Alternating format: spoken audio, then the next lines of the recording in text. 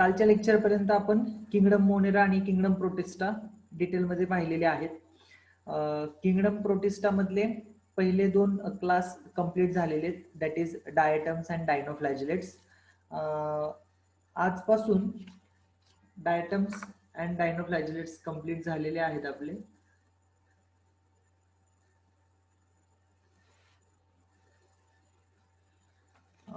आज आपण fungi like protist त्यातला जो नेक्स्ट पार्ट आहे तो घेऊयात. रीड करतायत का तुम्ही? टेक्स्ट बुक रीड करताय का इथं झाल्यानंतर?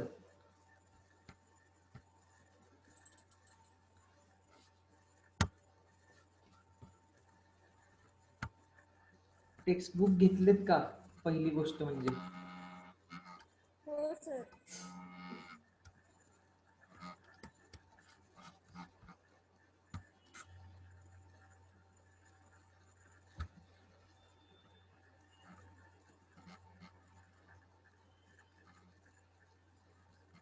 ओके. क्रायसोफाइट्स च्या अंडर ऍक्च्युली डायटम्स आणि डायनोफ्लॅजिलेट्स, डायटम्स आपण स्टडी करू असतो क्रायसोफाइटच्या अंडर.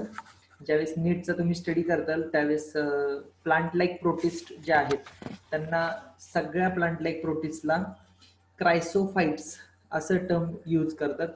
सगळ्या प्लांट लाईक प्रोटिस्टला क्रायसोफाइट्स असं यूज केलं जातं.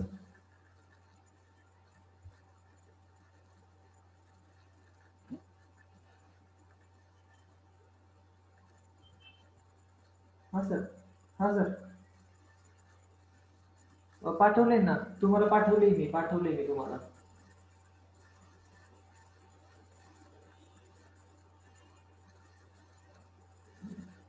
हा ग्रुपला पाठवा मी तुम्हाला जे. नाही मी जे तुम्हाला पाठवले ते पाठवा ग्रुपला.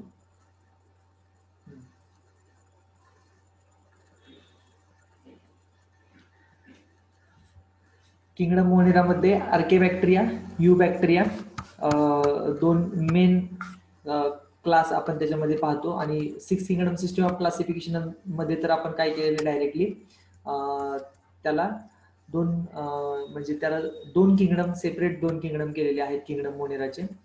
Kingdom Monera includes archaebacteria and eubacteria. Okay, bacteria are most abundant microorganism and hundreds of bacteria are present in a handful of soil. म्हणजे थोड्याशा सॉइल मध्ये पण खूप सारे बॅक्टेरिया प्रेझेंट असतात आणि they can live in extreme habitats such as hot springs, deserts, snow, deep ocean, and these bacteria are parasites. Parasites म्हणजे depend on other living organism. They do not have their own machinery to synthesize food like the plants. Okay, plants can photosynthesize, bacteria do not. मग आपण types बॅक्टेरियाचे पाहिलेले आहेत, कोकस, bacillus, विब्रियम आणि स्पायरिलम. कोकस म्हणजे कसे, जे spherical shape असतात.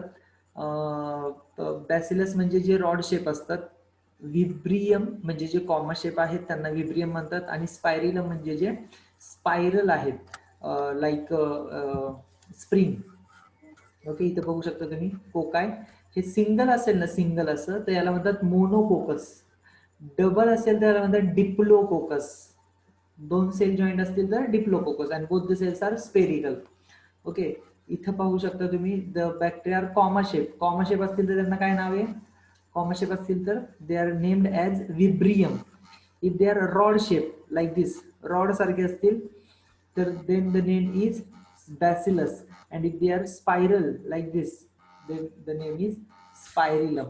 Okay, on the basis of shape of bacteria. हे सेलच्या आतमध्ये काय वगैरे आपण हे आधीच्याच लेक्चरला पाहिलेले. आधी मी तुम्हाला एक्सप्लेन केलं की बॅक्टेरियल स्ट्रक्चर दिसायला खूप सिंपल आहे, समजायला खूप सिंपल आहे, पण दे are complex in their behaviour. Actually कोणते कोणते एन्झाईम त्यांच्यामध्ये प्रेझेंट आहेत, कसं कसं त्याचं मेकॅनिझम ते वर्कआउट करतात, हे सगळं समजायला, त्याची मेटाबॉलिक रिएक्शन समजायला खूप क्रिटिकल आहे. So they are complex in behaviour. स्ट्रक्चरला सिंपल पण कॉम्प्लेक्स इन बिहेवियर.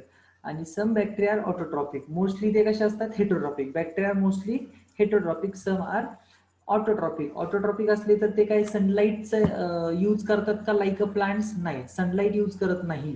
तर ते इनऑर्गॅनिक जे सबस्ट्रेट आहेत ते synthesise food from the inorganic substrates.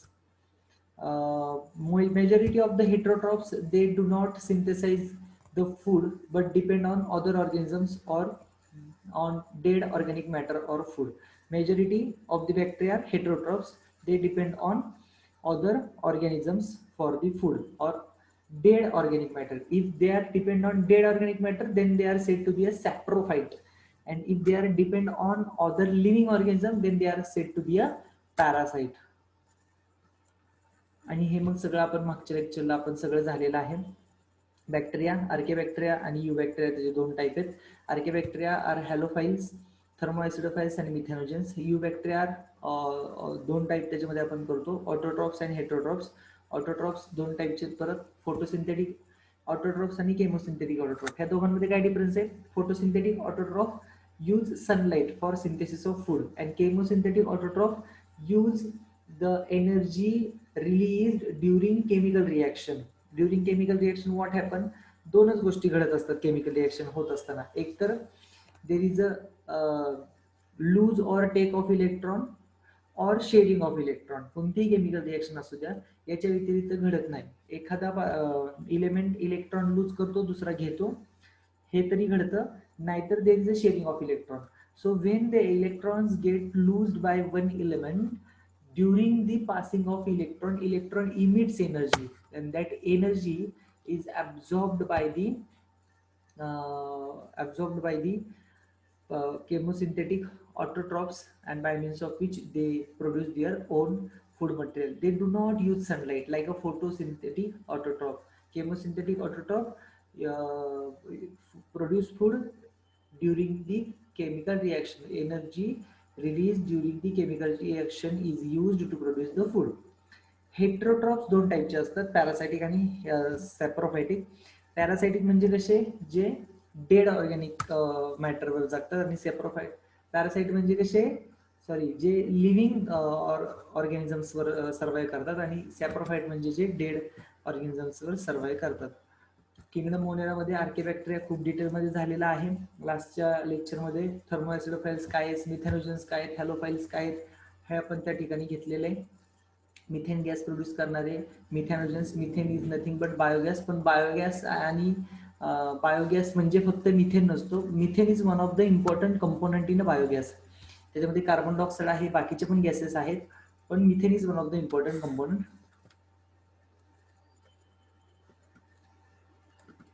Eubacteria, these are two bacteria having a rigid cell wall and which is made up of peptidoglycan. The include autotroph पण ह्याच्यामध्ये आहेत आणि heterotrophs पण आहेत. Okay. Photosynthetic autotroph like cyanobacteria. याचं structure आपण पाहिलेलं आहे. जिलेटिनस शीट सांगितले तुम्हाला. हेटेरोसिस्ट काय असतं सांगितलेलं आहे. Heterocyst contains enzyme nitrogenase by means of which they produce they fix atmospheric nitrogen, so the plants can use the nitrogen. The nitrogen fixed in the form of ammonium salt or ammonium or nitrate and nitrite. Examples are nostoc and anabaena. This is anabaena, which is filamentous. You can see how the cells are joined to each other. Nostoc also filamentous.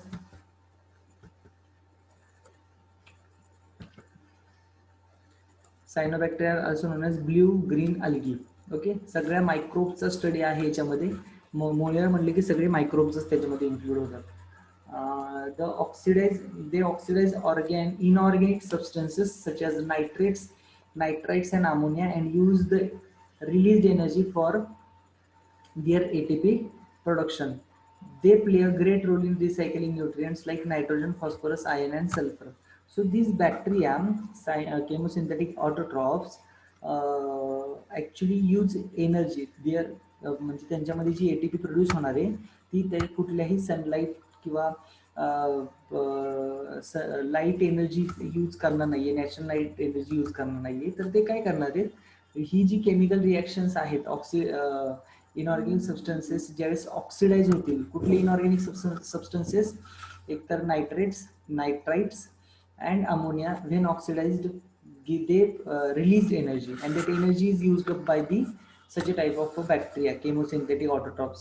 And bye means of which they produce ATP. Okay, म्हणजे कोणत्याही प्रकारची autotrophic organism असू दे, photosynthetic असू दे ते chemosynthetic असू दे, ते कोणती ना कोणती त्यांना एक्सटर्नल एनर्जीचा सप्लाय रिक्वायर्ड असतो, तरच ते काय करू शकतात, स्वतःची एनर्जी प्रोड्यूस करू शकतात in the form of ATP. आणि याच्यामुळं काय होतं, तुम्ही थोडंसं इमॅजिन करा, एन्व्हायरमेंटमधला जर नायट्रोजन यांनी सॉईलमध्ये फिक्स केला, सॉईलमधून तो प्लांटमध्ये जाणार, एन्व्हायरमेंटमधला नायट्रोजन त्यावेळेस कमी होणार, बरोबर आहे ना, सॉईलमधून तो प्लांटमध्ये जाणार, कमी होणार इन द सेन्स कमी होणार असं क्लिअर कट आपण बोलू शकत नाही, कारण त्याच वेळी बरेचशा प्लांटची काय असणार आहे, डेथ झालेली असणार आहे, डेथ झाल्यानंतर त्याच्यावर वेगवेगळे मायक्रो ऑर्गॅनिझम त्याच्यावर ऍक्ट होणार आहेत, किंवा आणखी सांगतो, प्लांट काही जो ऍटमॉस्फिअर मधला नायट्रोजन सॉइलमध्ये गेलाय, सॉइलमधून जो प्लांटमध्ये गेलेला आहे, ते प्लांट काही मॅमल्सनी काही दुसऱ्या बर्ड्सनी कन्झ्युम केले असणार. कन्झ्युम केल्यानंतर त्या प्लांटमधले जे प्रोटीन्स असतील ते आपल्या बॉडीमध्ये डायजेस्ट होतील, ज्या ॲनिमल्सनी त्यांना कन्झ्युम केले त्या ॲनिमल्सच्या बॉडीमध्ये ते डायजेस्ट होतील, आणि डायजेस्ट झाल्यानंतर त्यांच्यापासून अमोनिया गॅस रिलीज होईल. आता डायरेक्ट मी शेवट सांगतोय तुम्हाला, मध्ये खूप सारे स्टेप असतात, तेवढे डिस्कस करत नाहीये मी, पण अमोनिया गॅस त्यातून रिलीज होईल. म्हणजे नायट्रोजन हा जो एन्व्हायरमेंट मधून सॉइलमध्ये आलता, सॉइलमधून प्लांटमध्ये आलता, प्लांट ज्यावेळेस कन्झ्युम करतील ॲनिमल्स, त्यांच्यामध्ये तो नायट्रोजन जाईल, वेगवेगळ्या फॉर्म मध्ये जाणार आहे, सेम फॉर्म नसणार आहे, पण नायट्रोजन तर नायट्रोजन आहे. म्हणजे काय झालं, नायट्रोजन त्यांच्याकडे गेला, त्यांनी परत तो रिलीज केला, युरिनमध्ये अमोनिया प्रेझेंट असतो, युरिया प्रेझेंट असतो ह्युमन बिईंगच्या, बऱ्याच मॅमल्सच्या, urea, uric acid, these are the nitrogenous waste of our body. आणि ज्यावेळेस हे बाहेर फेकले जातील त्यावेळेस काय होणार, तो नायट्रोजन परत ॲटमॉस्फिअरमध्ये रिलीज होणार. याला म्हणतात रिसायकलिंग ऑफ न्यूट्रिएंट्स. असं फक्त नायट्रोजनचंच होतं का, नाही, तर फॉस्फरस आहे, आयन आहे, सल्फर आहे, या सगळ्यांचं रिसायकलिंग कोणामुळे होऊ शकतो, केमोसिंथेटिक ऑटोट्रॉफ्समुळे. झालेला ही पार्ट, फक्त एक रिव्हिजन घ्यावी छोटीशी, एक ग्लान्स साठी आपण फक्त पाहतोय. मोस्ट अबंडंट इन नेचर, ऑटोट्रॉफपेक्षा हेटरोट्रॉफ जास्त असतात, no doubt. Majority are important decomposers. Heterotroph हे डिकम्पोजर्स आहेत मोस्टली, ते डेड आणि डेड डिकेइंग मॅटरवरती ग्रो होतात. Impacts of heterotrophic bacteria in human affairs, they are used to make curd from milk, production of antibiotic.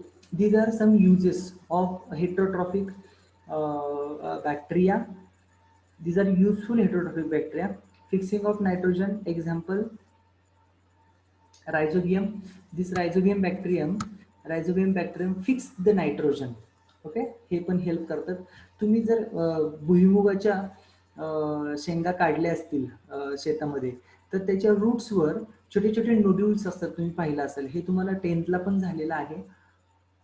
Nodules असतात, त्यांना आम्ही legumes म्हणतो, आणि मग अशा प्लांट्सला लेग्युमिनस प्लांट्स म्हणतात. ज्यांच्या रूट्सवरती गाठी असतात ना, गाठी, त्यांना लेग्युमिनस प्लांट्स म्हणतात. ते खूप, त्यांच्यामध्ये नायट्रोजन स्टोअर करणारे, नायट्रोजन फिक्स करणारे बॅक्टेरिया त्या गाठींमध्ये प्रेझेंट असतात, त्या लेग्युम्समध्ये प्रेझेंट असतात. आणि मग नायट्रोजन जास्तीत जास्त फिक्स केल्यामुळं त्या प्लांटची जी प्रोटीन व्हॅल्यू आहे ती वाढते, जास्तीत जास्त ते प्रोटीन सिंथेसाइज करू शकतं. आणि मग शेंगदाणे आपण कशासाठी खातो, प्रोटीनसाठीच खातो ना. म्हणजे जितकं जास्तीत जास्त आपण नत्र देऊ, नत्र म्हणजेच नायट्रोजन देऊ शेंगदाण्याच्या पिकाला, तितकं जास्तीत जास्त त्याचे प्रोटीन तयार होतील आणि तेवढी त्याची व्हॅल्यू वाढेल. म्हणजे तुम्हाला 80 रुपये किलो पण शेंगदाणे पाहायला मिळतात मार्केटमध्ये, 90 आहेत, 100 आहेत, 120 आहेत, 130 रुपये किलो पण शेंगदाणे आहेत. हे का भाव वेगवेगळे, शेंगदाणे ते शेंगदाणेच आहेत, मग का भाव वेगवेगळे, त्याची यातली प्रोटीन व्हॅल्यू. आणि ही प्रोटीन व्हॅल्यू कोण ठरवतं, जितकं नायट्रोजन जास्त त्याला भेटू शकतं ना, तितकं ते काय करतील, त्या प्रोटीन सिंथेसिस जास्त होईल. मग कोण नायट्रोजन फिक्स करून देतं, एन्व्हायरमेंटला नायट्रोजन कोण फिक्स करून देतं, तर ते फिक्स करून देतात rhizobium bacteria. Okay, so these are some helpful bacteria. Lactobacilli पाहिलेले आहे आपण, जे मिल्कचं कन्वर्जन दह्यामध्ये करतात, milk to curd. Production of antibiotics मी तुम्हाला ॲक्टिनोमायसिटीस सांगितलेलं आहे. Fixing of nitrogen in legumes, rhizobium सांगितलेले. पण काही पॅथोजेनिक पण आहेत जे डिसीज पण कॉज करतात, त्यांचं पण आपण लिस्ट ऑलरेडी पाहिलेली आहे. बॅक्टेरियामध्ये रिप्रोडक्शन कसं होतं, by fission. Under favourable condition they produce spore. जर अनफेवरेबल कंडिशन असेल तर ते स्पोर तयार करतात, आणि जर फेवरेबल कंडिशन असेल they show fission, that is a division of a cell. You can see here fission, this is fission, this is also fission. एका बॅक्टेरियापासून 2 झालेले आहेत, इथं पण एकाचे 2 झालेले आहेत.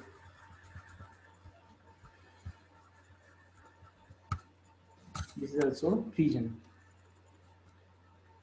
मायकोप्लाझम we already discuss, they without cell wall, ऑक्सिजनच्या ॲब्सेन्समध्ये पण ते जगू शकतात आणि स्मॉलेस्ट नॉन ऑर्गॅनिझम आहेत, अँड हे पॅथोजेनिक असतात ॲनिमल्स आणि प्लांटसाठी. किंगडम प्रोटिस्टा आपण स्टार्ट केलेला आहे, माहितीच असेल सगळ्यांना. त्याचे आपण बेसिक फीचर्स, बेसिक कॅरेक्टरिस्टिक्स पाहिलेले आहेत लास्ट टाइम, आणि त्याचबरोबर त्याच्यातले 5 क्लास आपण जे स्टडी करणार आहेत. फर्स्ट वन इज क्रायसोफाइट्स आणि डायनोफ्लॅजिलस ऑलरेडी कंप्लीट झालेले. क्रायसोफाइटचं एक्झाम्पल, क्रायसोफाइटमध्ये आपण डायटम्स स्टडी केलेले आहेत, आणि डायटम्सचे तुम्हाला एक्सप्लेनेशन देत असताना डायटमिशियस अर्थ वगैरे मी त्यावेळेस एक्सप्लेन केलेलं आहे. त्यांची जी स्ट्रक्चर असतं त्याचे, it is a soap box like structure, हेही तुम्हाला सांगितलेलं आहे. आणि दॅट सोप बॉक्सच्या वरची वॉल खालची वॉल दोघांना मिळून इपिथिका म्हणतात, आणि दॅट इपिथिका थिका म्हणतात, only theca. Cell wall is called as theca, and it is made up of silica. It is made up of silica. So when they die, diatoms die, they sink to the bottom of the ocean or the water reservoir in which they are living. जिथे ते राहतात तिथे ते त्या बॉटमला sink होणार, तिथंच त्याचा थर साचत जातो, आणि त्याला म्हणतो आपण डायटोमेशियस अर्थ किंवा डायटोमाइट असं म्हटलं तरी चालेल. ओके. आणि दे आर कॉमनली कॉल्ड फायटोप्लॅन्क्टॉन्स. फायटोप्लॅन्क्टॉन्स का म्हणायचं त्यांना? कारण त्यांच्याकडे कुठलाही लोकोमोशनसाठी ऑर्गन नाही आहे. हे कालच सांगितलं मी तुम्हाला. क्रायसोफाइट्समध्ये, डायटम्समध्ये कुठलाही लोकोमोशनसाठी ऑर्गन नाही. मग काय करतात ते? तर ते पॅसिव्हली मूव्ह होतात. वॉटर करंटमध्ये ते पॅसिव्हली मूव्ह, जसं पाणी वाहेल जिकडे जाईल तसं त्या पद्धतीने त्यांच्या बॉडीची मुवमेंट चालू असते. हे सगळे डायटम्स आहेत, and which are chief producers of ocean. म्हणजे जवळजवळ 45% जी बायोलॉजिकल यील्ड आहे किंवा प्रोडक्शन आहे, ते सगळं कशामुळे होत असतं? ह्या डायटम्समुळे होत असतं. Okay. This diatomaceous earth is granular and hence finds using पॉलिशिंगमध्ये पण यूज करतात, आणि दुसरं म्हणजे फिल्ट्रेशन. मग परत आणखी तुम्हाला यूज सांगितलं होतं मी. It is also used in making a soundproof hall, soundproof auditorium. अजिबात साऊंड आतला बाहेर आणि बाहेर जाणार नाही याची हे बनवण्यासाठी, असे वॉल बनवण्यासाठी, असे हॉल बनवण्यासाठी डायटोमेशियस अर्थ यूज करतात. त्याच्यानंतर जो आपण पाहिलं डायनोफ्लॅजिलेट्स, नाव असं काय? कारण नावातच सगळं आहे. 2 त्याला फ्लॅजिला असतात म्हणून डायनोफ्लॅजिलेट्स मध्ये. One is longitudinal flagella and one is transverse flagella. तुम्ही बोहरा बघितलंय का नाही? बोहरा फिरवताना काय केलं जातं? त्याला जी दोरी आहे ती अशी आडवी गुंडाळली जाते, बरोबर आहे? आणि आडवी गुंडाळली जाते. ती दोरी ओढल्यानंतर काय होतो? तो बोहरा फिरतो. ओके. बोहरा फिरतो जागेवर. या मुवमेंटला म्हणायचं, ही जी मुवमेंट आहे स्पिनिंग मुवमेंट, म्हणजे जागेवर तो काय होणार आहे? स्पिन होणार आहे. आणि म्हणजे मी जे तुम्हाला सांगत होतो की हे डायनोफ्लॅजिलेट्स आहेत, त्या डायनोफ्लॅजिलेट्सला 2 फ्लॅजिला असतात. मग हे जे 2 फ्लॅजिला आहेत, one is a transverse flagella, another one is a longitudinal flagella. आणि ह्या फ्लॅजिलाचा यूजच या ठिकाणी आहे. नेमका काय यूज होतो ह्या फ्लॅजिलाचा? One is transverse flagella, other one is a longitudinal flagella. They can whirl around themselves, म्हणजे ते स्वतःभोवतीच फिरू शकतात. ते जे ट्रान्सफर फ्लॅजिला आहे इथून स्टार्ट होणार. ओके. इथून स्टार्ट होणार आहे तो. इथून ह्या ग्रूव मधून, ट्रान्सवर्स ग्रूव म्हणतात, this is called as transverse groove मधून पलीकडे जाणार आहे. कम्प्लीट असतो तो ग्रूव. पलीकडे जाणार, पलीकडून परत त्या ग्रूव मधून इकडे या ठिकाणी येणार आहे. आणि हा जो फ्लॅजिला आहे, हा ज्यावेळेस असा बाहेर जोरात खेचला जाईल, बाहेर फेकला जाईल, त्यावेळेस त्याची बॉडी स्पिन होणार जागेवर. या प्रकारच्या मुवमेंटला म्हणतात whirling. Okay. And that's why this type of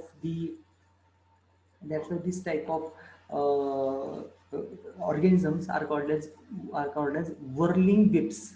WHORLING WHIPS, whirling whips. लक्षात ठेवा. खूप महत्त्वाचं काहीतरी सांगतोय ह्याच्याबद्दल मी तुम्हाला, जे तुम्हाला टेक्स्ट बुकमध्ये कधीच पाहायला मिळणार नाही.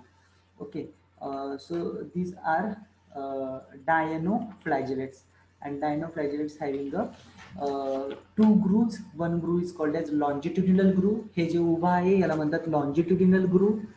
This one is a longitudinal groove. Longitudinal म्हणजे लेंथ वाईज, ट्रान्सवर्स म्हणजे आडवं, ग्रूव म्हणजे चीर किंवा फट. ओके, ठीक आहे ना. इथं हे जे आडवं आहे असं मागच्या साईडने जाणार इकडून येणार, दॅट इज ट्रान्सवर्स ग्रूव. आणि हे जे खाली येणार ते लॉन्जिट्युडिनल ग्रूव. आणि दोघांमध्ये फ्लॅजेला, लॉन्जिट्युडिनल फ्लॅजेला आणि transverse flagella. Okay,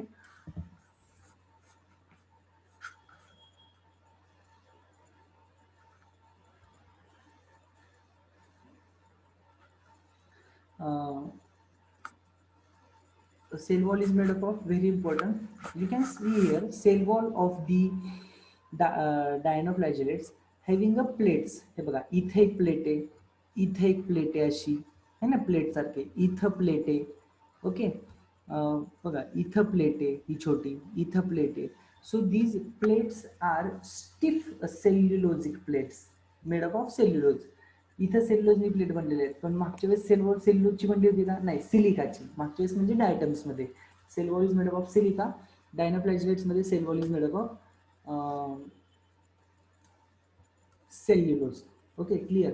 and they having a different pigments inside them. त्यांच्या सेल सायटोप्लाझममध्ये वेगवेगळे पिगमेंट्स आहेत, येलो कलरचे आहेत, ग्रीन कलरचे आहेत, ब्राऊन आहेत, ब्ल्यू आहेत, रेड आहेत. मग त्यानुसार मी रेड टाईड सांगितलं तुम्हाला. Red tide, what is red tide? It is when गॉनोलॅक्सचा नंबर इन्क्रीज होईल. Gonyaulax is one of the dinoflagellate. याचा नंबर जेव्हा समुद्राच्या पाण्यामध्ये वाढेल त्यावेळेस पूर्ण समुद्राचं पाणी लाल दिसायला लागतं, यालाच म्हणतात रेड टाईड. हे डेंजरस आहेत, विच प्रोड्यूस टॉक्झिन. हे पण सांगितलं होतं मी, एक पॉइझन तयार करतं ते. त्या टॉक्झिनचं नाव आहे सॅक्सिटॉक्झिन, SAXITOXIN. आजचा व्हिडिओ मी मुद्दाम रेकॉर्ड करतोय, यूट्यूबला पण टाकणारे. हा व्हिडिओ पहा तुम्ही, कारण स्टडी करत असताना ज्यावेळेस तुम्ही वाचताना बऱ्याच गोष्टी लक्षात येतातच, ऑफकोर्स येतात जर लेक्चरला लक्ष असेल तर, आणि नाही आल्या तरी परत तुम्ही हे व्हिडिओ पाहू शकता आणि सर नेमकं काय एक्सप्लेनेशन देतात त्या ठिकाणी हे तुम्हाला समजू शकतं. Most of them have a two flagella. झालेलं हे आपलं सगळं. Undergo rapid multiplication so that the sea appears red. Toxins released by such a large numbers can kill other marine animals such as fish. Fish साठी पण धोकादायक आहे. म्हणजे ज्या ठिकाणी गॉनोलॅक्सचा नंबर जास्त असेल त्या ठिकाणच्या पाण्यामध्ये, तिथल्या सराउंडिंग वॉटरमध्ये कुठल्याही प्रकारचे फिश सर्वाईव्ह करू शकत नाही, कुठलेच मराईन ॲनिमल सर्वाईव्ह करू शकत नाही. त्यांची त्या ठिकाणी डेथ होणार due to the toxin produced by Gonalex, and that name of that toxin I already mentioned, known as saxitoxin, SAXITOXIN. Okay, and as they having a cellulosic plates. तुम्ही जर चिलखत बघितलेलं असेल, चिलखत, बाहुबली वगैरे पिक्चर बघितले असतील तुम्ही, किंवा शिवाजी महाराजांवरचे पिक्चर बघितले असतील, तर अंगाला जे चिलखत घातलं जातं त्याला छोटे छोटे प्लेट्स आहेत असं वाटतं. त्याला छोटे छोटे प्लेट्स आहेत असे, जे त्याचं स्ट्रक्चर पाहायला मिळतं, तसं ह्यांचं स्ट्रक्चर आहे. सो चिलखत म्हणजे armoured. So these type of organisms are also known as armoured dinoflagellates. ARMOURED, armoured dinoflagellates. Okay,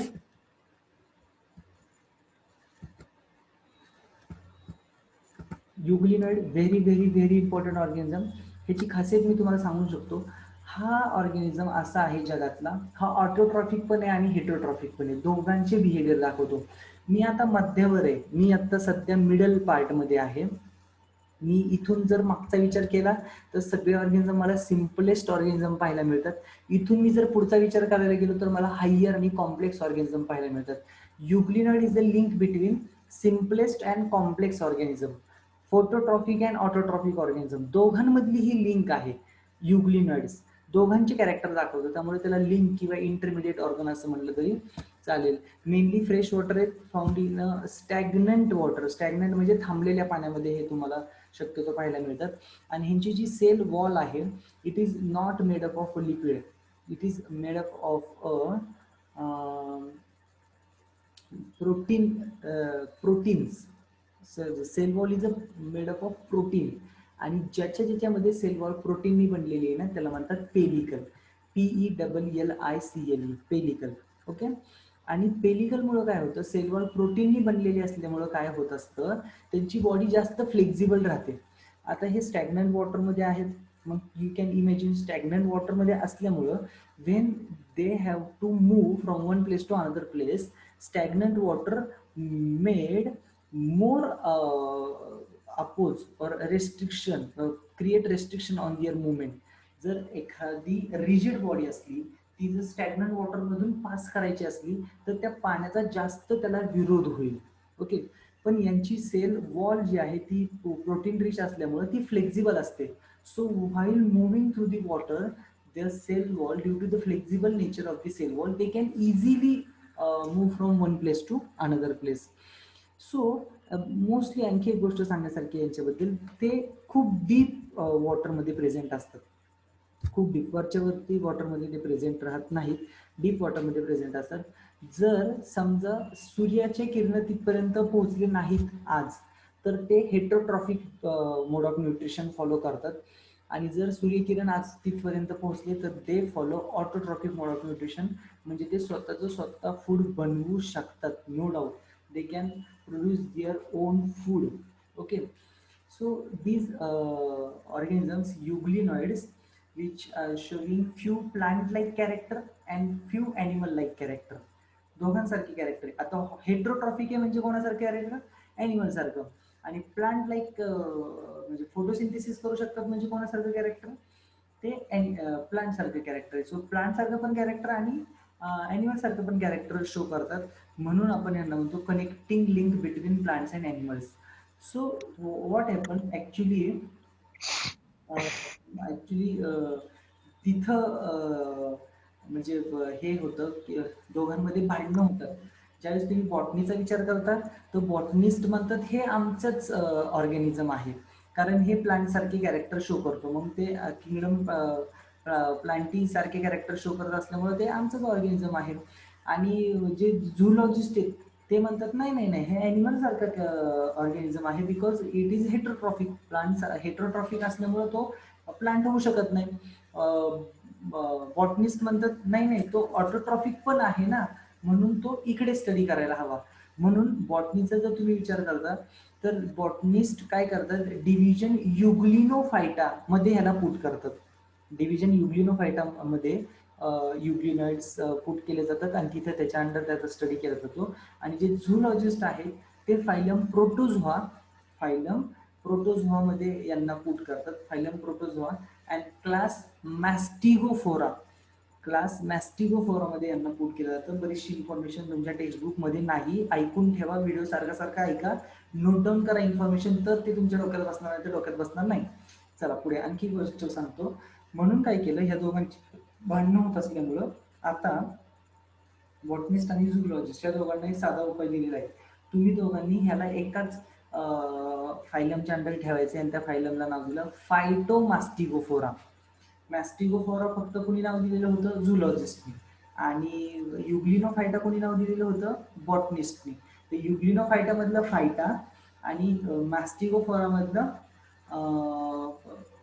ते मास्टिगोफोरा यूज केलं. मास्टिगोफोरा डायरेक्टली यूज केलं. सो फायटोमास्टिगोफोरा इज नाव class in which euglenoids are included. आता euglenoid त्यांच्यामध्ये include केलं जातं. Okay.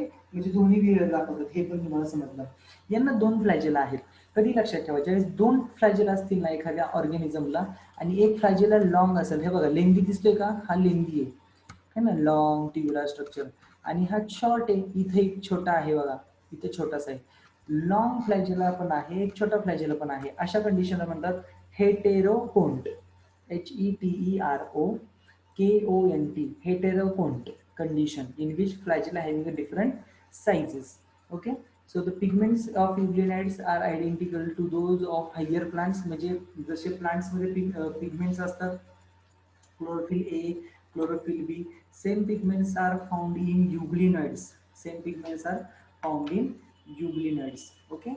So this is a link between plants and animals. Next one is a slime mold.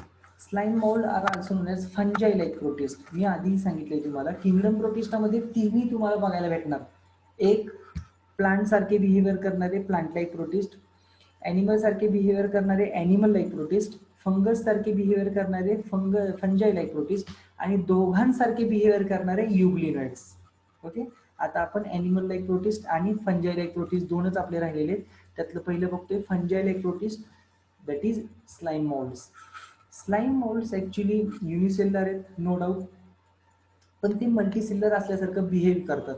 ते त्यांच्या sale aggregate होत असतात, एकमेकांच्या इतक्या जवळ असतात की एखाद्याला पाहणाऱ्याला वाटलं पाहिजे की हे मल्टीसेल्युलर ऑर्गॅनिझम आहे, पण ते मल्टीसेल्युलर नाही. किंगडम प्रोटिस्टामधला एकही ऑर्गॅनिझम मल्टीसेल्युलर नाही, प्लीज डोक्यात ठेवा. आणखी एक गोष्ट सांगतो तुम्हाला याच्याबद्दल.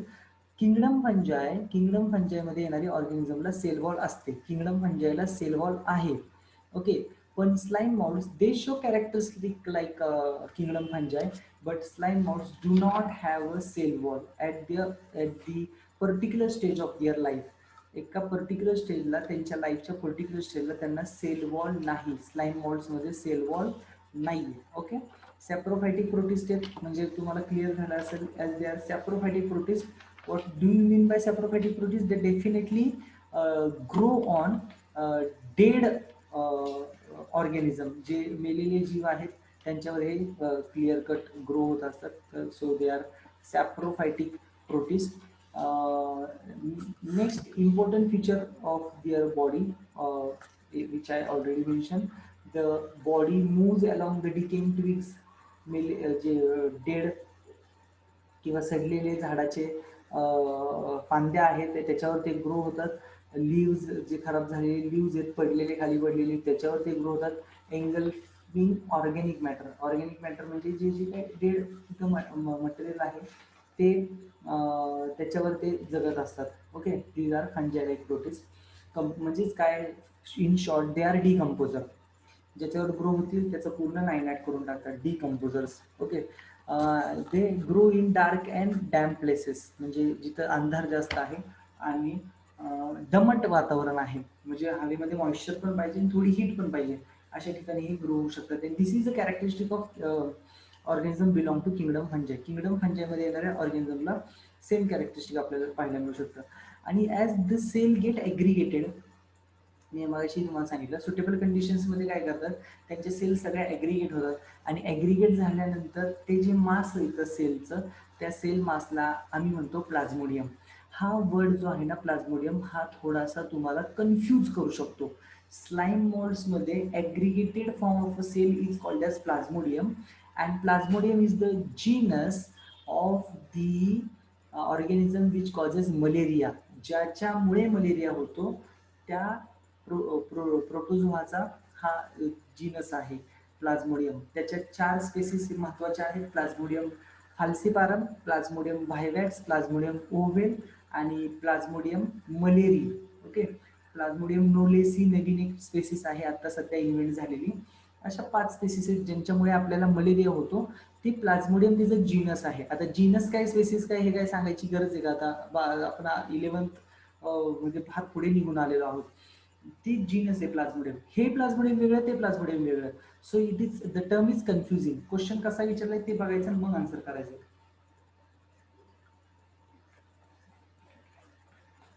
and which may grow and spread over several feet. They do not have cell wall. मी आधी सांगितलं तुम्हाला त्यांना सेल वॉल नाहीये.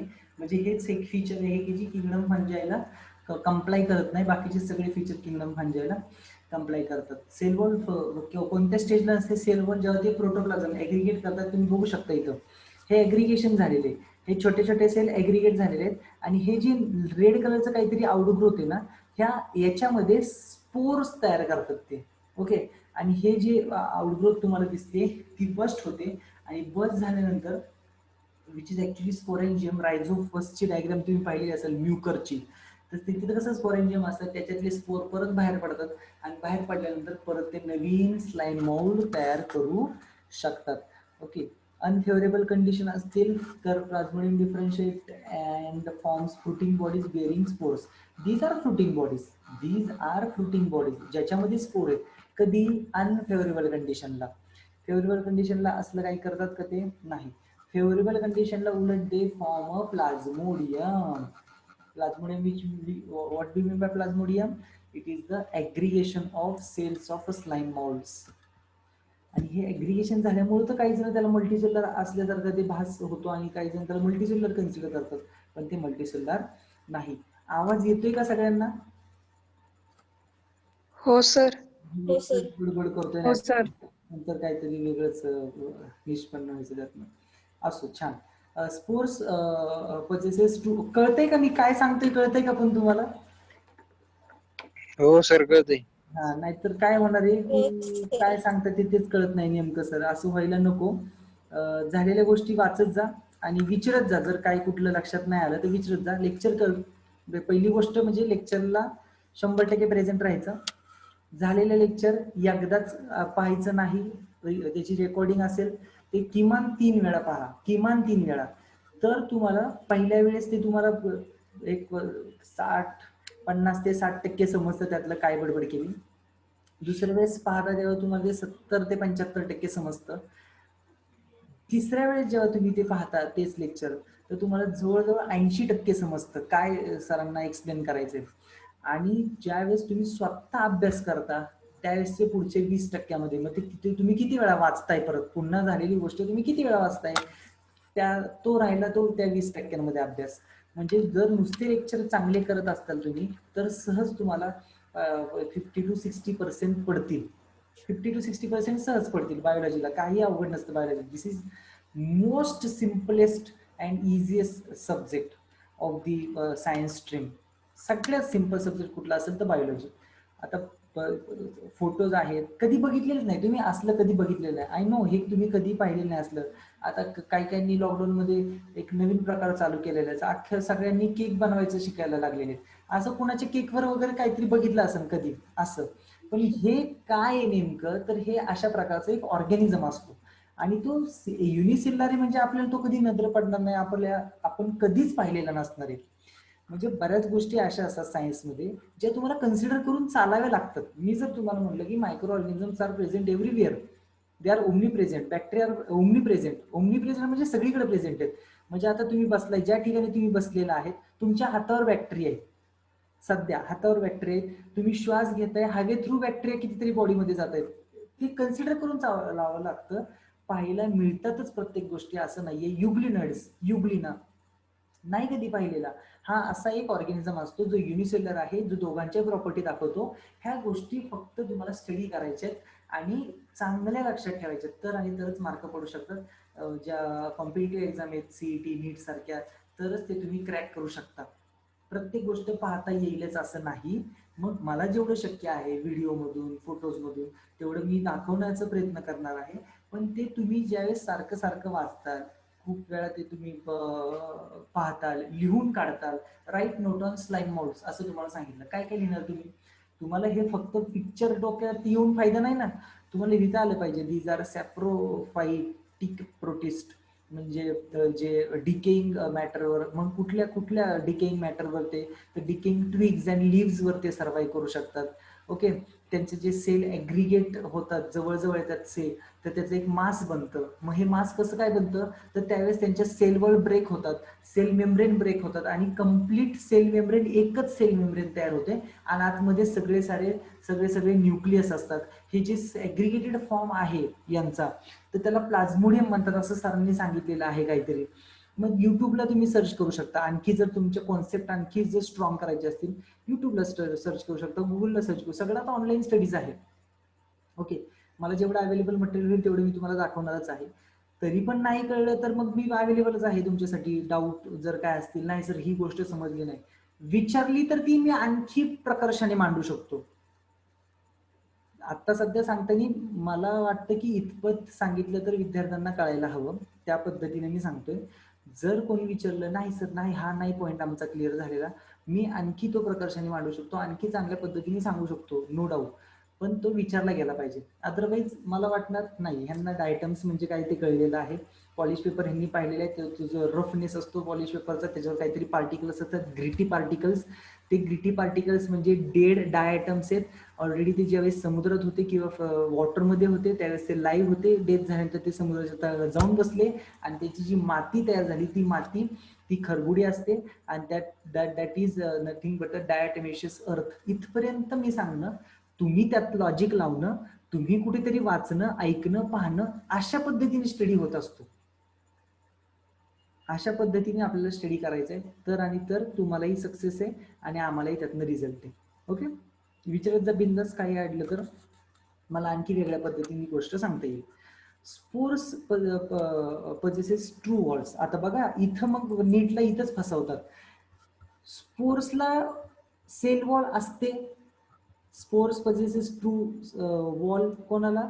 स्पोर्सला. कोणाच्या? स्लाइम माउड्सच्या. पण स्लाइम माउड्सच्या सेलला सेल वॉल नसते. Cell wall is absent. Please keep in mind.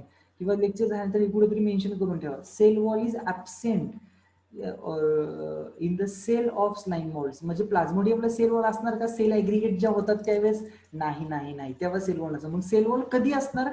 तर ज्यावेळेस प्लाझ्मोडियम पासून हे अशी जे फ्रुटिंग बॉडीज तयार होतील ना, अशी थोडीशी आउटग्रोथ होईल आणि त्याला वरती स्पेरिकल बॉल सारखं स्ट्रक्चर काहीतरी येते, त्याच्यात स्पोर्स फॉर्म होतात. आणि त्या स्पोर मध्ये असतं काय? असतं स्पोर मध्ये? त्या जे स्पोर फॉर्म होतात ना त्यांना सेल वॉल असते. त्या स्पोरला सेल वॉल असते. आणि स्पोरला सेल वॉल का असते? कधीही लक्षात ठेवा, कधीही लक्षात ठेवा, कुठलाही प्लांट्स असू द्या, ॲनिमल असू द्या, ॲनिमल नाही स्पोर तयार करत, पण हे जे मायक्रो ऑर्गॅनिझम आहेत स्पोर का तयार करतात त्यांना कळलेलं असतं. आत्ताची कंडिशन अनफेवरेबल आहे आणि आपल्याला जर आपली रेस चालू ठेवायची असेल, आपल्याला जर आपली पुढची पिढी निर्माण करायची असेल, तर पुढच्या पिढी निर्माण करण्यासाठी ज्या आपल्याकडे सेल असतात किंवा जे मीडियम आहे त्याचं प्रोटेक्शन होणं गरजेचं आहे. स्पोर त्याच्यासाठीच तयार केले जातात. स्पोर ऑलरेडी प्रोटेक्टिव्ह असतात.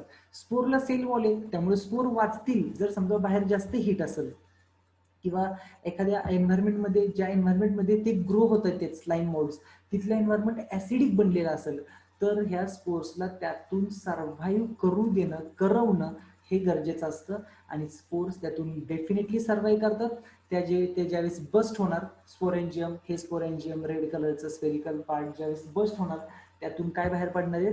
त्यातून बाहेर पडणारे स्पोर आणि ते हवेमध्ये पसरणार. एखाद्या पर्टिक्युलर चांगल्या प्लेसला, सुटेबल प्लेसला ते तिथं पडणार आणि तिथं परत स्लाइम मोल्ड्स तयार व्हायला सुरुवात होणार.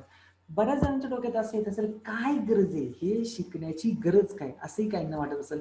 बाळांनो लक्षात ठेवा, वी आर कन्झ्युमर. आपल्याला फक्त दुसऱ्याचं ओरबडून खाणं माहिती आहे. मॅमल्सला, ॲनिमल्सला, सगळ्या ॲनिमल्सला, ॲनिमल्स सगळे कॉन्झ्युमर आहेत. Plants are producer. Plants are producer. प्लांटचं काम आहे फूड मटेरियल प्रोड्यूस करून द्यायचं, ॲनिमलचं काम आहे ते खायचं. ओके, पण ज्यावेळेस ह्या दोघांची डेथ होते, समजा आत्तापर्यंत मेलेले प्लांट्स, आत्तापर्यंत मेलेले ऑर्गॅनिझम्स, मॅमल्स असतील, एव्स पक्ष्यांमधले असतील, माशांमधले असतील, रेप्टाईल्स असतील, सगळे जे ॲनिमल्स आहेत आणि सगळे जे प्लांट्स आहेत आत्तापर्यंत ज्यांची डेथ झालेली आहे, त्यांच्या जर बॉडी कुजल्या नसत्या तर आत्ता पृथ्वी तलावरची परिस्थिती काय असती? एकदा विचार करून बघायचा. मग तुम्हाला स्लाइम मोल्डची काय, म्हणजे स्लाइम मोल्ड्स काय आहेत नेमकं तुम्हाला त्यावेळेस लक्षात येईल. हे म्हणजे यांचं काम इतकं महत्वाचं आहे, न कळत काम करतात ते, पण 100% ही जी लिव्हिंग वर्ल्ड आहे हे मेंटेन ठेवलंय स्लाइम मोल्ड्समुळं, मेंटेन राहिले स्लाइम मोल्ड्समुळं. नाहीतर आपल्यातले जे लोक मरतील, आपण जाळू, हे करू ते करू, पण सगळेच प्लांट्स, ॲनिमल्स ज्यांची डेथ झालेली आहे, प्लांट जे वादळामध्ये पडलेले आहेत, माणसं जी मेलेली आहेत, ॲनिमल्स मेलेले आहेत, यांच्या बॉडी काही वर्षांनंतर तिथून नाहीशा होतात. मग जातात कुठे आणि कोण घालवतं? तर ते परत मराठीत एक म्हण आहे, मातीतनं जायचं मातीतच जायचंय. ही जी म्हण आहे ही अतिशय सुटेबल आहे आणि ती प्रूव्ह करून देतात स्लाइम मोल्ड्स. स्लाइम मोल्ड्स इथं आपण स्लाइम मोल्ड्स स्टडी करणार, म्हणजे प्रोटिस्टामध्ये पुढे गेलो मी किंगडम फंजाई शिकवणार आहे ना, ते किंगडम फंजाई म्हणजेच nothing but higher form of slime molds. हे पण डिकेइंग करतात, हे पण डिस्ट्रॉय करतात डेड बॉडीजला, डिकेइंग मॅटरला, ते पण तेच काम करतात. फक्त ते काय असतात, जरा ऍडव्हान्स्ड फॉर्म आहेत किंगडम फंजाई. बाकी कुठलेच किंगडम मोनेरा मधले असते, किंगडम प्रोटिस्टा मधले बाकीचे सगळे ऑर्गॅनिझम असतील, किंगडम प्लांट मधले असतील, किंगडम ॲनिमलियामध्ये असतील, कोणच डिकम्पोजिशन करू शकत नाही, कोणच. समजा एखादं झाड उन्मळून पडले आणि एखाद्या कॉलनीने नेलं कापून आणि खाल्लं सगळ्यांनी झाड, ते कोणच डिकम्पोजिशन करू शकत नाही. त्यासाठी एकमेव ऑर्गॅनिझम गरजेचे आहेत, किंगडम प्रोटिस्टा मधले स्लाइम मोल्ड्स आणि किंगडम फंजाई. ही गरज आहे. यामुळे शिकायचंय आपल्याला किती महत्वाचे ऑर्गॅनिझम्स आहेत. आणि मी ऑलरेडी पहिल्या लेक्चरला सांगितले तुम्हाला, मी अख्खे 2 वर्ष तुम्हाला एकच गोष्ट शिकवणार, living organisms. Study of living organism is called as biology. मग कुठले कुठले टाईप आहेत, कसे कसे असतात, हेच आपल्याला नेमकं याच्यामध्ये स्टडी करायचे. मे बी ते तुमच्या कधी कधी ब्रेनच्या रेंजच्या बाहेर असतं कधी कधी, आणि तेच तर खरं टास्क असतं. 11वीला आलोयच त्यासाठी आपण, 12वीला जाणारच आपण त्यासाठी, की आपल्याला जी माहिती नाही ना ते माहिती करून घ्यायचे. त्यातलं एक पार्ट आज slime moulds. Okay. Spores possesses true walls. स्पोर्सला ट्रू वॉल्स प्रेझेंट आहे, कारण त्यांना प्रोटेक्शन करून घ्यायचं स्वतःचं, कारण ती पुढची पिढी आहे. स्पोर परत दुसरीकडे कुठेतरी जाऊन पडणार आणि तिथं नवीन स्लाइम मोल्ड्स फॉर्म होणार आहे. They are extremely resistant. Extremely resistant mean मध्ये बाहेरचं टेम्परेचर असू द्या, ऍसिडिक कंडिशन असू द्या, काही होत नाही, स्पोरला काही होत नाही. And survive for many years. The spores are dispersed by air current. बरोबर आहे, हवे थ्रू ते पुढे इकडून तिकडे जाऊ शकतात आणि एखाद्या डॅम्प प्लेसवर, डार्क प्लेसवर पडणार, परत तिथे ते डिकम्पोजिशनची प्रोसेस चालू करणार, जे त्यांचा हक्क आहे. Last one is a protozoan. 5th class of the kingdom Protista is protozoan, and the protozoans are animal like protist. हे सगळे animal like protist आहे. म्हणजे यांचे जर तुम्ही फीचर पाहायला गेले ना तर ते animal सारखे पाहायला मिळतात. किंगडम प्रोटिस्टा किंगडमच असं आहे ज्याच्यात तुम्हाला प्लांट सारखे पण ऑर्गॅनिझम पाहायला मिळतात, ॲनिमल सारखे पण ऑर्गॅनिझम पाहायला मिळतात आणि फंगस सारखे पण ऑर्गॅनिझम पाहायला मिळतात. म्हणजे किंगडम मोनेरा हा खालचा किंगडम, किंगडम प्रोटिस्टा, आणि वरचे जे 3 किंगडम आहेत, किंगडम प्लांटी ॲनिमलिया फंजाई, हे प्लांटी ॲनिमलिया फंजाईचे पण सगळ्यांचे कॅरेक्टरिस्टिक तुम्हाला प्रोटिस्टामध्ये पाहायला मिळतात. अरे इव्हन मोनेराची पण कॅरेक्टरिस्टिक तुम्हाला प्रोटिस्टामध्ये पाहायला मिळतात. आणि म्हणून किंगडम प्रोटिस्टाला link between, kingdom Protista is a link between simplest kingdom, kingdom Monera, and complex higher kingdoms like kingdom Plantae Animalia and Fungi. Kingdom Protista link आहे वरचे 3 आणि ते खालच्या एकामधले. ओके. They are heterotrophs. बघा प्रोटोझोआन्स 5वा part घेतोय मी तुम्हाला क्रायसोफाइट शिकवलं, diatoms, dinoflagellates. They are autotrophic, स्वतःचं फूड स्वतः बनवू शकतात. मी आता तुम्हाला स्लाइम मोल्ड सांगितलं, ते स्वतःचं फूड स्वतः बनवू शकत नाही, दे डिकम्पोजर्स आहेत, फंजाई लाईक प्रोटिस्ट. आणि हे जे आहे ते ॲनिमल लाईक प्रोटिस्ट. आणि चौथा यातला एक पार्ट सांगितला ज्याच्यामध्ये ॲनिमल आणि प्लांट दोघांची कॅरेक्टर पाहायला मिळतात. कोणतं रे? युग्लिनाइड. Very good.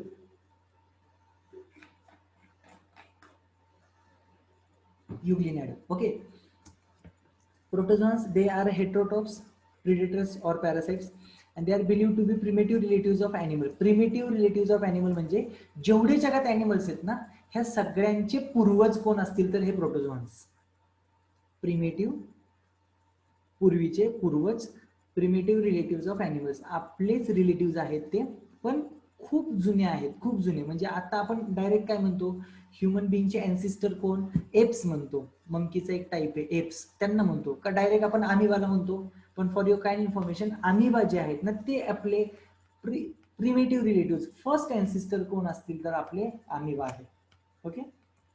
अमिबाच्या सेलमध्ये जेवढ्या प्रॉपर्टीज आहेत ना तेवढ्या सगळ्या प्रॉपर्टीज आपल्या सेलमध्ये पाहायला मिळतात, सगळ्या प्रॉपर्टीज.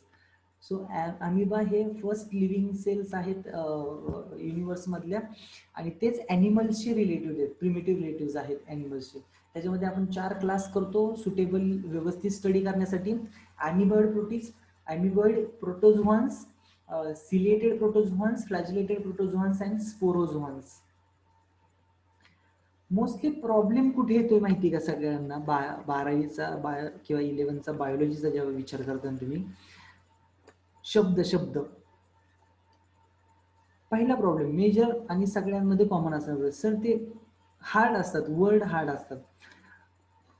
वर्ड हार्डच असतात सगळे.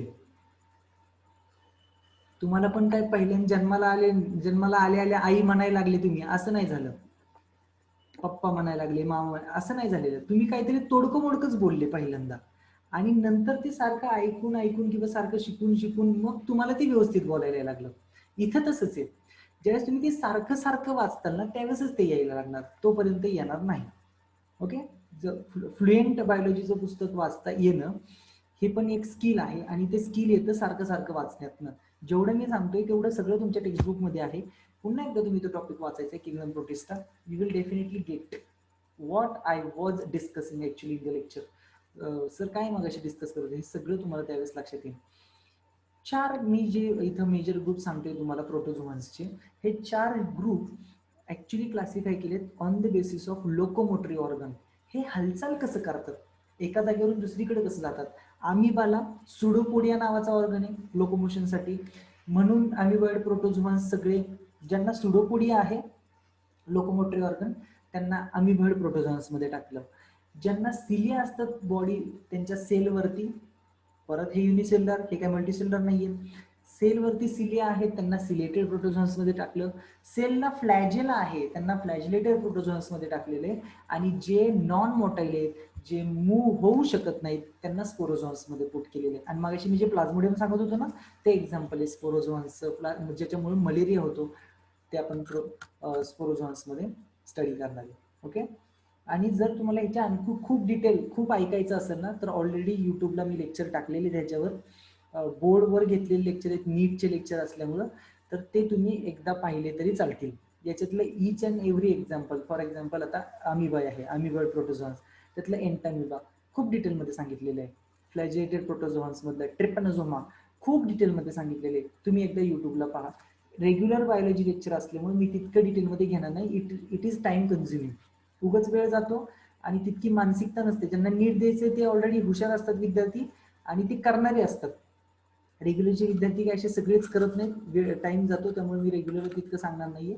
पण तुम्हाला हवा असेल तर युट्यूबला तुम्ही लेक्चर पाहू शकता.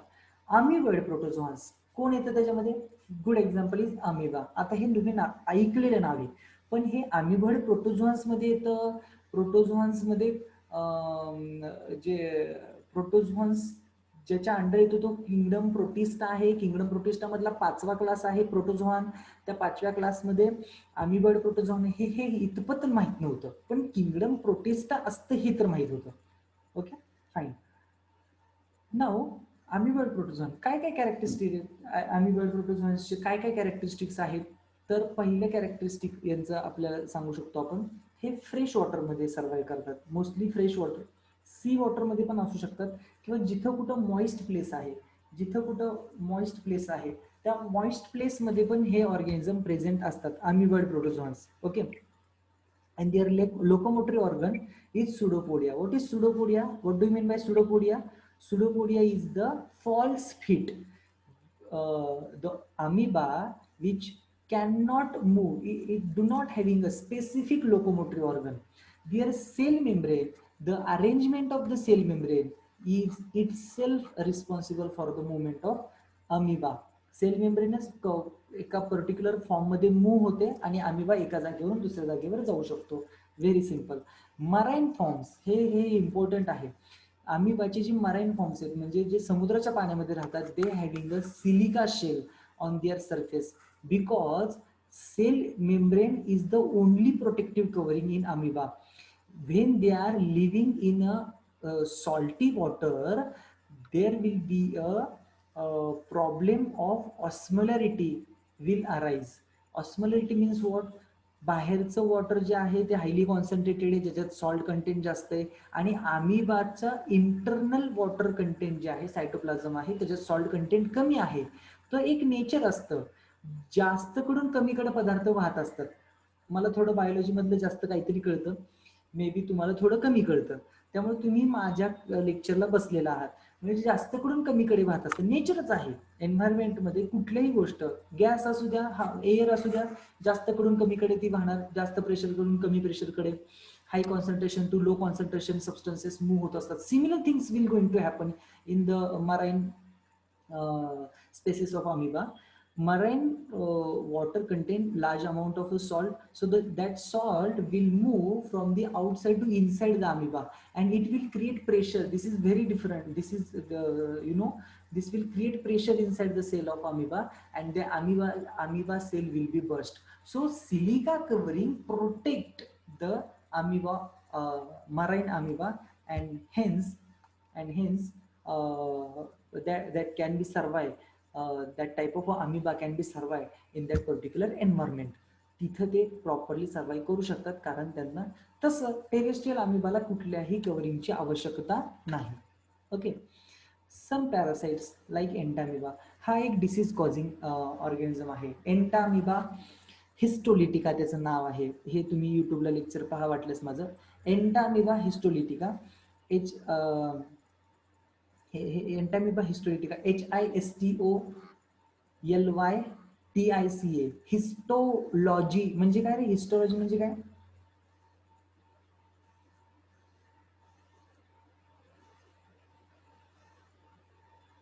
What do you mean by histology? हिस्ट्रीच्या रिलेटेड असेल का? कशाच्या?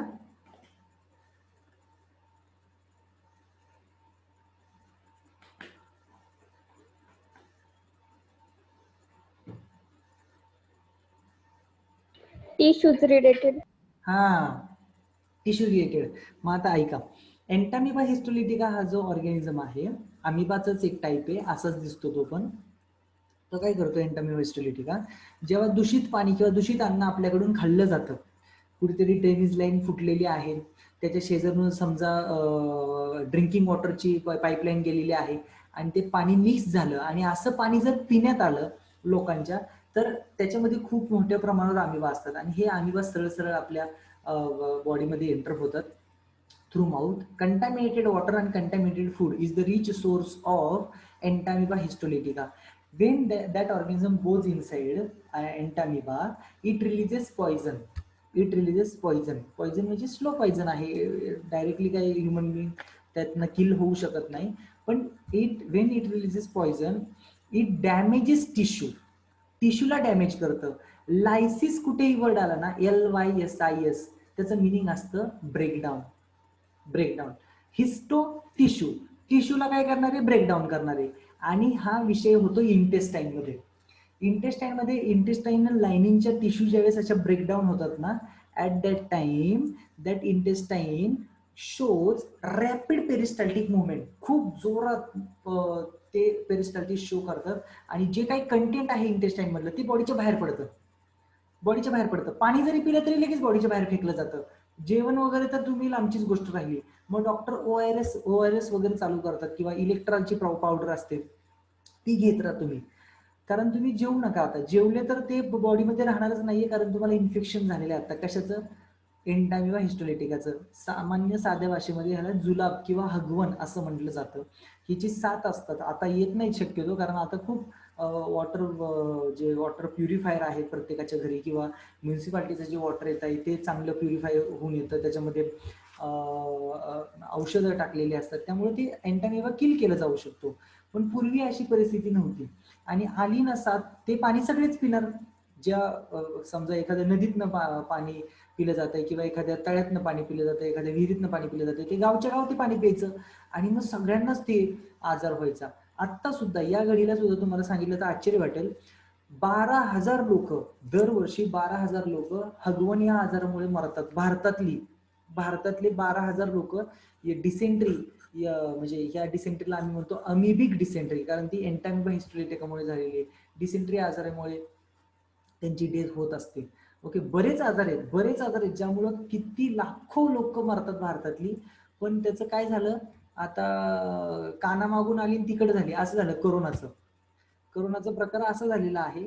आणि ज्या काळजी घेणं अर्थातच आवश्यक होतं, पण काळजी घेता म्हणजे इतका सिरियस आजार नसताना सुद्धा तो सिरियस करून ठेवला ह्या आरोग्य व्यवस्थेने. कारण बाकीच्या आजारांनी, कर्करोगाने जवळजवळ 15 लाख लोक दरवर्षी कर्करोगाने मरतात. 15 लाख. त्याच्यावर उपाययोजना करणं तितकं महत्वाचं वाटत नाही सरकारला. किंवा डायबिटीज मुळे होणारी डेथ आहे, हार्ट अटॅक मुळे होणारी डेथ आहे, बरेच आजार आहेत बाकीचे.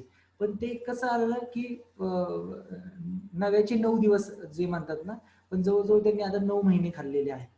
ओके, तो व्हायरल डिसीज आहे. व्हायरसेस आपण खूप डिटेलमध्ये पुढच्या लेक्चरमध्ये या सगळे किंगडम संपले की आपण पाहणारच आहेत. त्यातलं कोरोना व्हायरस आपण जास्तीत जास्त डिटेलमध्ये पाहूया, म्हणजे पुढे भविष्यामध्ये जे आपण हे असली परिस्थिती आपली उद्भवलेली ऑफलाईन लेक्चर घेण्याची ती का आलती, कशी आलती, कुठल्या व्हायरसमुळे आलती, नेमकं ते व्हायरसचा काय ऍडव्हान्स्ड काय फॉर्म आहे की ज्याच्यामुळं त्याची व्हॅक्सिन वगैरे तयार होत नाही, या गोष्टी मला डिस्कस करायला आवडतील तुमच्यासोबत या चॅप्टरच्या एंडला. आपल्याला व्हायरस स्टडी करायचे त्यावेळेस ते बघूया. तर हा एंटामिबा हिस्टोलिटिका ज्याच्यामुळे अमिबिक डिसेंट्री नावाचा आजार होतो. ओके, माहिती असू द्या. फ्लॅजिलेटेड प्रोटोझोआन्स, त्याच्यामध्ये एक्झाम्पल आपल्याला घ्यायचे trypanosoma. This is a trypanosoma, this is again single cell and you can see the flagella. Flagella कसा आहे, फ्लॅजिला बघा, originated from this point and pass along the cell membrane outside, बाहेरच्या साईडने जातो आणि तो परत मग इथून बाहेर पडतो. So this flagellum is called as free फ्लॅजिलम.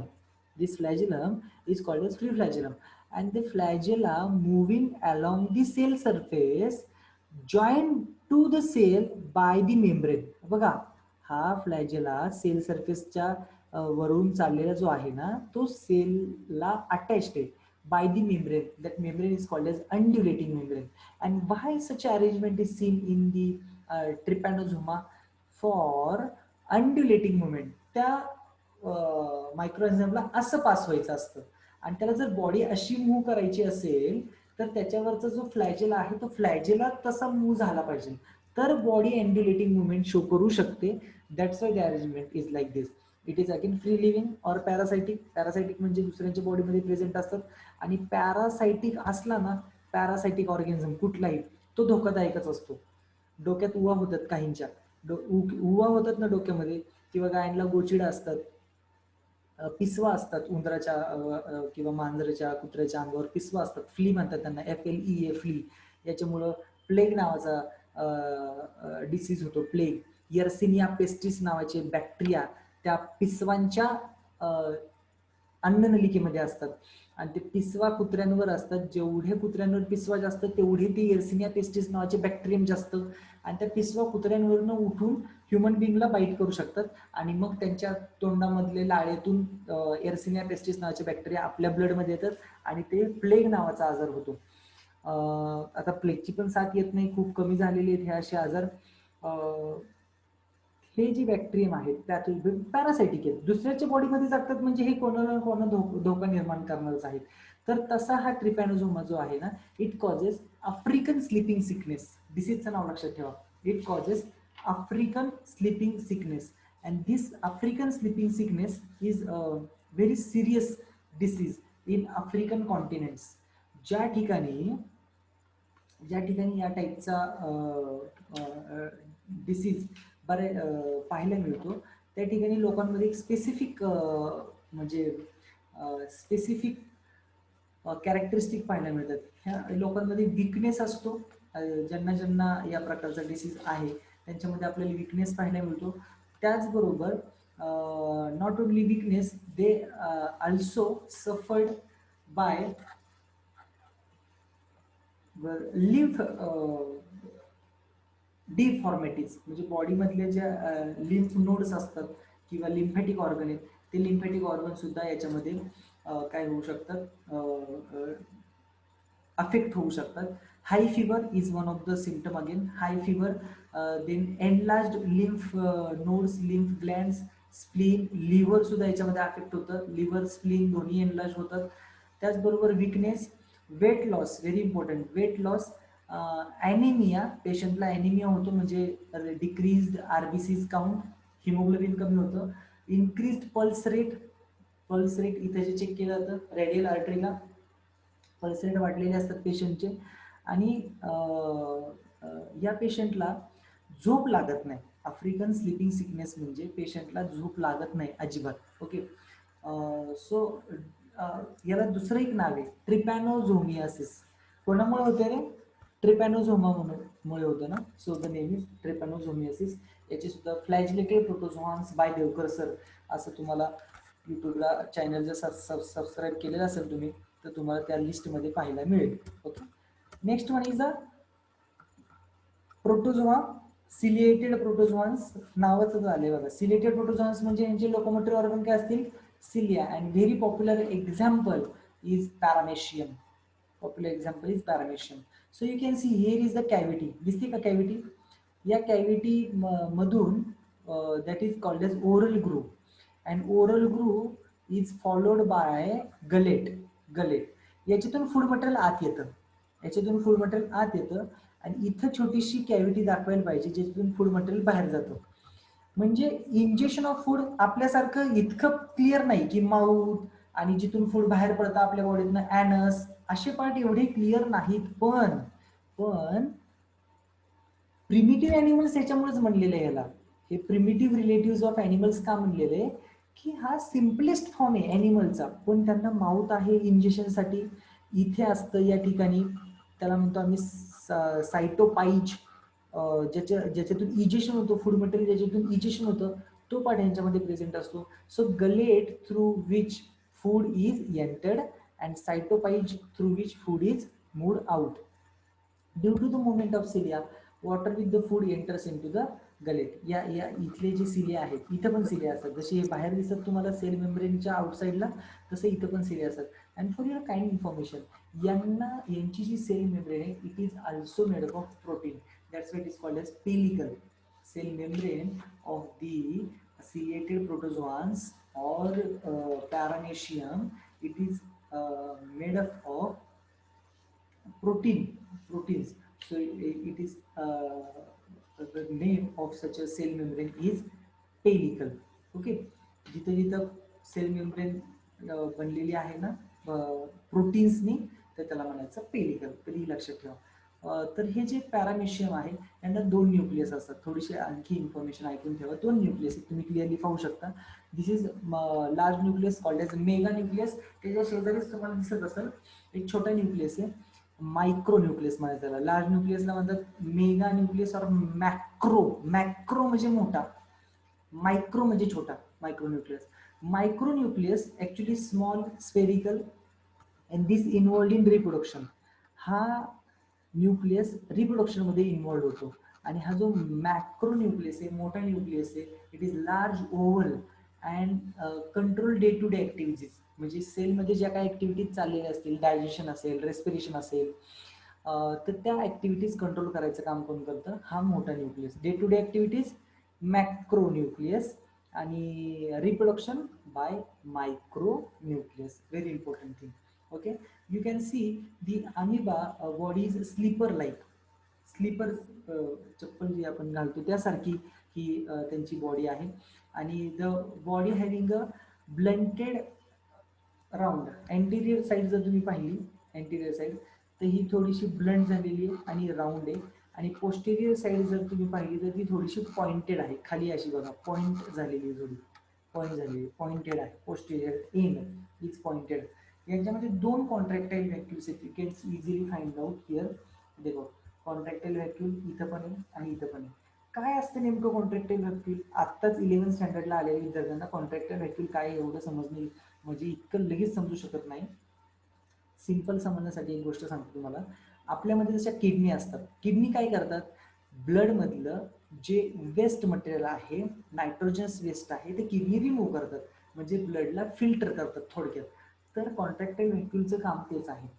नुसतं फिल्टर करतात का ब्लडला किडनी? नाही, हे लक्षात ठेवा.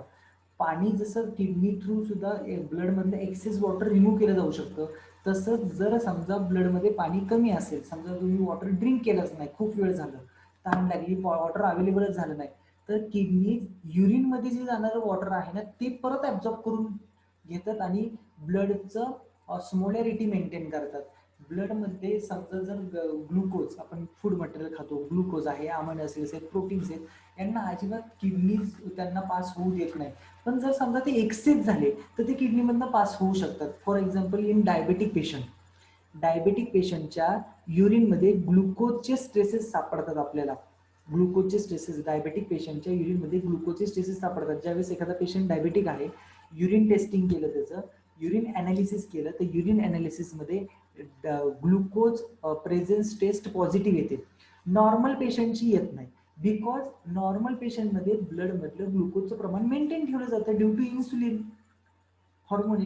तसं डायबेटिक पेशंटमध्ये नाही मेंटेन ठेवलं जाऊ शकत. आणि डायबेटिक पेशंटमध्ये मेंटेन ठेवलं जाऊ शकत नाही, ब्लडमधलं ग्लुकोज लेवल वाढते, जास्त कडून कमीकडं, ते किडनी थ्रू, युरिन थ्रू बॉडीच्या बाहेर ग्लुकोज. मग मला तेच सांगायचंय, अमिबा पॅरामिशियम हा सुद्धा राहतो वॉटरमध्ये. वॉटर लिव्हिंग ऑर्गॅनिझम आहे, सिलिया आहेत म्हटल्यावर हा काय टेरेस्ट्रियल लँडवरती काय सिलिया मूव्ह करून एका जागेवरून दुसरीकडे जाणार नाही. सिलिया कोणासाठी असतात? वॉटर लिव्हिंग ऑर्गॅनिझमसाठी असतात. So this is water living micro organism and this cilia very very very important. Cilia helps in a locomotion. That's why the name is ciliated protozoans. त्यामुळे ते नाव आहे. कॉन्ट्रॅक्टाईल व्हॅक्यूल काय करतात? बाहेरचं वॉटरची कॉन्सन्ट्रेशन चेक करतात. जर समजा बाहेरचं वॉटर कॉन्सन्ट्रेशन जास्त असेल, आतलं वॉटरचं कॉन्सन्ट्रेशन, सायटोप्लाझम आहे ना याच्यामध्ये, त्याच्यामध्ये 2 सायटोप्लाझम असतो. जो मधला सायटोप्लाझम आहे त्याला म्हणतात एंडोप्लाझम, आणि जो साईडचा आहे, कडचा आहे ना, कडचा cytoplasm, that is called as ectoplasm. Okay, video पहा नक्कीच, युट्यूबला व्हिडिओ पहा. एक्स्ट्रा इन्फॉर्मेशन पाहिजे, खूप ऐकायचे त्याच्याबद्दल, जास्त लक्षात ठेवावं असं वाटतंय, जास्त समजावं असं वाटतंय, 100% युट्यूबचे व्हिडिओ पहा माझे. आणखी तुम्हाला पॅरामिशन खूप क्लिअर होईल. खूप इन्फॉर्मेशन आहे त्यातली, तुम्हाला हवी तेवढी घ्या. ओके, हे contractile vacuole act as a excretory, म्हणजे helps in excretion and osmoregulation. Excretion कसं, सेल मधलं वेस्ट ते रिमूव्ह करू शकतात कॉन्ट्रॅक्टाईल व्हॅक्यूल, आणि वॉटर बॅलन्स, आतलं बाहेरचं पाणी, आतलं बाहेरचं सॉल्ट कॉन्सन्ट्रेशन मेंटेन करायचं काम हे सुद्धा कॉन्ट्रॅक्टाईल व्हॅक्यूल करू शकते. Okay, so this is all about paramecium. Next one, last category of the protozoans is sporozoans. Sporozoa last आहे. Sporozoa they are infectious spore-like organism. Infectious म्हणजे 100% यांच्या थ्रू इन्फेक्शन होतं, आणि कोणतं इन्फेक्शन होतं? त्या डिसीजचं नाव आहे मलेरिया. त्या डिसीजचं नाव आहे malaria. And good examples are Plasmodium, which is a malarial parasite, and it causes a malaria to human being. So compared to your textbook, many things are completed in a large extent by me. So here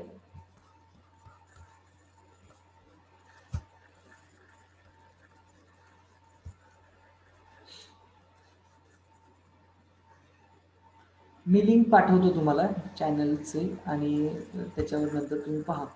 आता या ठिकाणी आपण stop करूया lecture, कारण kingdom फंजाय हा पुढची concept आहे या चॅप्टरची. किंगडम फंजायची ऑलरेडी व्हिडिओ अवेलेबल आहे. 11th NCERT असं दिलेलं आहे मी त्याच्यामध्ये नाव. 11th NCERT overview of kingdom फंजाय, तेवढी व्हिडिओ पहा, याच्यापेक्षा वेगळं काही नसणार आहे. ओके, किंगडम फंजाय तिथे होऊन जाईल. मग आपण किंगडम प्लांटी आणि किंगडम ॲनिमलिया मध्ये एंटर करणार आहे. किंगडम प्लांटी ॲनिमलिया इथं डिटेलमध्ये शिकायची काही गरज नाही या चॅप्टरमध्ये. का? कारण 2 सेपरेट चॅप्टर आपल्याला स्टडीसाठी आहेत, आणि दोन्ही चॅप्टर मधला एक सुद्धा पॉईंट रिमूव्ह केलेला नाही. आता सिलेबस डिलीट केलेला आहे ना, बराच पार्ट डिलीट केलेला आहे सिलेबस मधला, पण किंगडम प्लांटी ॲनिमलिया मधला एक सुद्धा पार्ट त्यांनी डिलीट केलेला नाहीये. जो डिलीट केलाय तो खूप सिम्पल आहे. एंजिओस्पर्म काढून टाकलेले आहेत किंगडम प्लांटी मधनं, काही नसते काढले तरी चाललं असतं. की एंजिओस्पर्म मधले डायकॉट मोनोकॉट मधला डिफरन्स दरवर्षी यायचा, खूप सिम्पल डिफरन्स होता, पण तुम्हाला तो 9th झालेला आहे, त्यामुळे ते तिथून रिमूव्ह करून टाकलेलं, बाकीचं काही रिमूव्ह केलेलं नाही किंगडम प्लांटिंग किंगडम ॲनिमलिया मधलं. त्यामुळं ते चॅप्टर तिथे डिटेल्समध्ये घेणारच असल्यामुळं आत्ता जरी ते या म्हणजे या चालू चॅप्टर मध्ये आपण नाही पाहिलं तरी चालू शकतं, काय हरकत नाही. Okay, thank you. काय डाऊट असतील तर विचारा पटकन मला. Thank you sir. सर हा बोला. सर ते